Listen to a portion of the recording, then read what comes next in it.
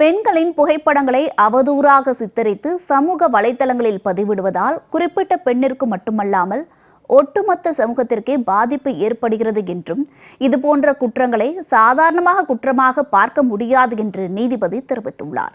இதுபோன்ற கருத்துக்களை நீதிபதிகள் பல்வேறு கட்டங்களில் தெரிவித்து வரும் நிலையில் தற்போது இந்த கருத்து முக்கியத்துவம் வாய்ந்ததாக பார்க்கப்படுகிறது. ஏன் என்பது குறித்து தெரிந்து கொள்வோம் இந்த செய்தி தொகுப்பில். தென்காசியை சேர்ந்த காஜா என்பவர் பெண்ணின் புகைப்படத்தை தவறாக சித்தரித்து சமூக வலைதளங்களில் வெளியிட்டது தொடர்பாக கைது செய்யப்பட்டு சிறையில் உள்ளார்.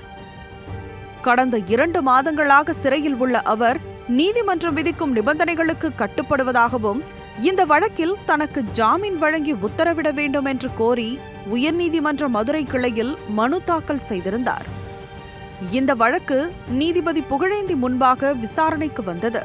அப்போது மனுதாரர் தரப்பில் மனுதாரர் 2 மாதங்களுக்கு மேலாக சிறையில் இருக்கிறார் என்றும் அவர் மீது தகவல் தொழில்நுட்ப பிரிவின் கீழே வழக்கு பதிவு செய்யப்பட்டுள்ளது. இது ஜாமீன் பெறக்கூடிய பிரிவுதான்.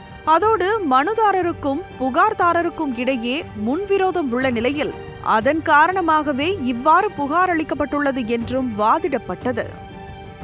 அதற்கு நீதிபதி மனுதாரர் பெண் ஒருவரின் புகைப்படத்தை தவறாக சித்தரித்து சமூக வலைதளங்களில் வெளியிட்டது மட்டுமல்லாமல் அவரை கால் கேர்ள் என அடையாளப்படுத்தி சமூக வலைதளத்தில் பதிவேற்றியுள்ளார். இது ஒரு தனிப்பட்ட பெண்ணுக்கு எதிரான குற்றம் அல்ல, ஒட்டுமொத்த சமூகத்திற்கும் எதிரான குற்றம். இதுபோல புகைப்படத்தை மார்பிங் செய்து வெளியிட்டது அப்பெண்ணின் கண்ணியத்தையும் குடும்பத்தையும் மட்டும் பாதிக்கவில்லை, மாறாக சமூக வலைதளத்தை பயன்படுத்தும் இளைஞர்களையும் பாதிப்பதாக நீதிபதி தெரிவித்தார்.